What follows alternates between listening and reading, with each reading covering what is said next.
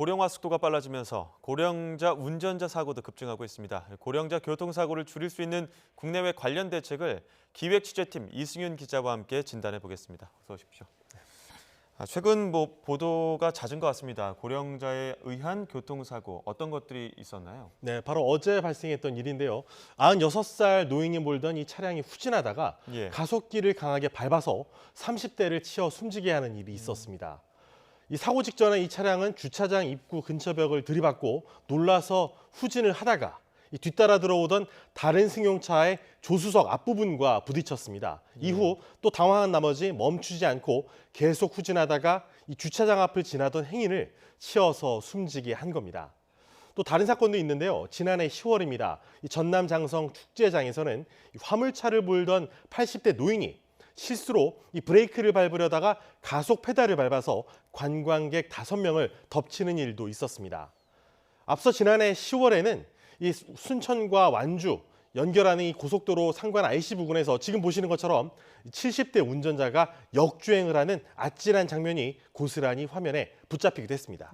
고령이라고 한다면 운전 경험도 많을 텐데 노련한 운전자로서 이렇게 고령자가 교통사고를 많이 내는 이유가 있을까요? 네, 아무리 운전 실력이 좋더라도 나이가 들어서 이 시력이 떨어지는 것만은 막을 수가 없기 때문입니다.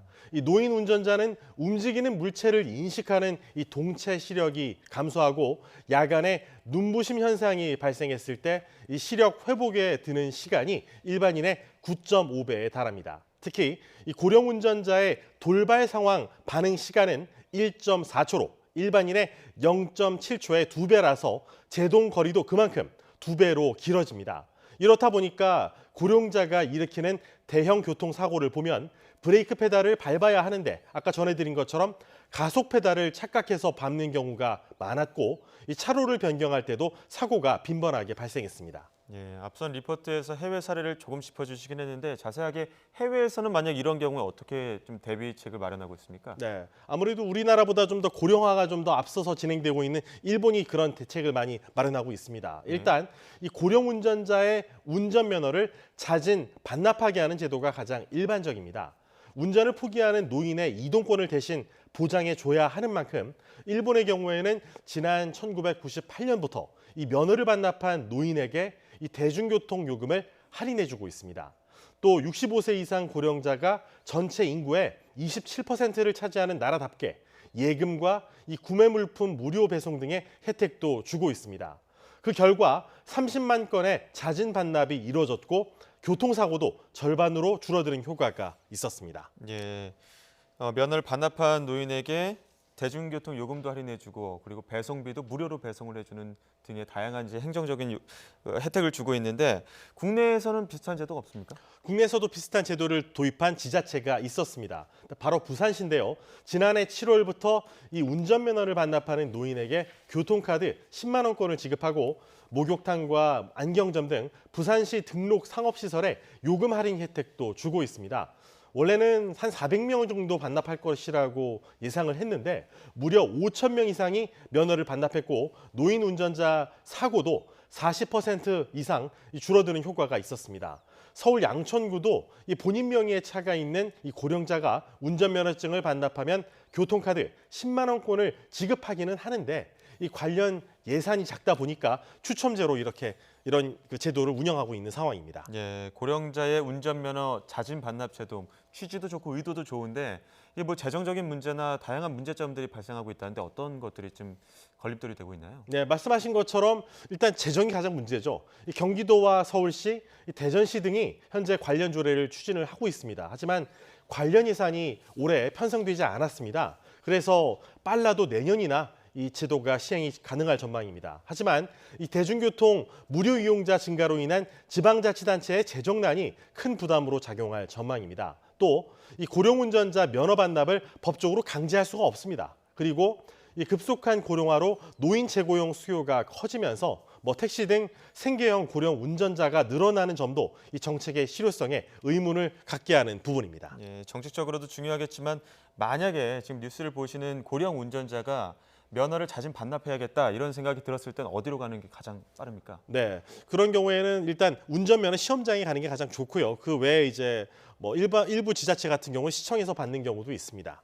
이제 뭐 물론 그런 대안들이 가장 좋겠지만 고령 사회로 지나다 보면은 어쨌든 고령 운전자들은 계속 증가할 수밖에 없고 그렇게 되면 고령 운전자의 운전을 뭐 보장해 줄 수 있는 궁극적인 대안들도 필요할 것 같은데 네. 어떻습니까? 뭐 우리 앵커께서도 예. 나이가 언젠가 드실 거 아니겠습니까? 예. 뭐 운전을 나중에 나이가 든다고 못하게 한다면 어떻게 하시겠습니까?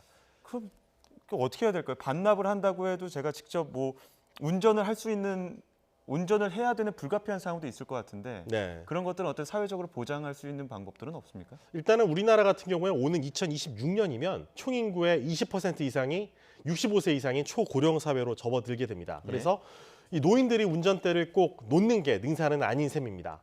이 고령 운전자 교통사고 자체를 줄이는 대책이 좀 더 실질적인 방안으로 꼽히고 있는데요. 예. 일본이나 미국의 경우에는 이 도로 표지판 크기를 한 20% 정도 키웠고 우리나라도 이 표지판 크기 재조정을 검토하고 있는 상태입니다. 또 일본 정부는 이 시력이 떨어지는 노인들을 위해서 이 도로 조명을 늘리는 정비 작업도 벌이고 있습니다. 예. 뭐 그런 다양한 방법들이 있겠지만 일부에서 또 뭐 노인 운전자를 보호하는 운전 문화 정착 뭐 이런 것들도 추진이 되고 있다고 하더라고요. 네, 맞습니다.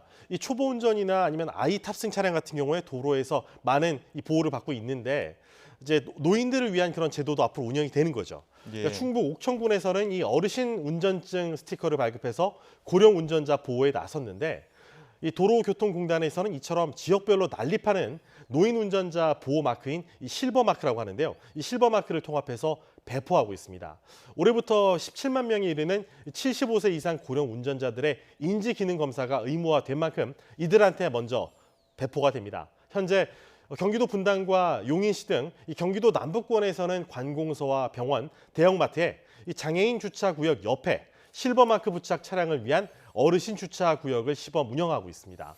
미국 일부 지역에서는 이 실버 마크를 부착한 차량과 교통사고가 났을 때 이 상대방 운전자가 노인 운전자를 충분하게 이 보호하지 않았을 때 과실 책임을 묻는 제도도 이 도입을 하고 있는데 이 제도 역시 우리나라의 도입이 검토되고 있는 실정입니다. 말씀하신 다양한 대안들이 어쨌든 지자체 주도로 이루어지고 있기 때문에 지금으로서는 중앙 정부로서 어떤 고령자 운전의 대책이 전국적으로 이루어질 수 있는 방안들이 있었으면 좋겠습니다. 자, 지금까지 고령 운전자 사고 급증 문제 이승윤 기자와 함께 다뤄봤습니다. 오늘 말씀 고맙습니다.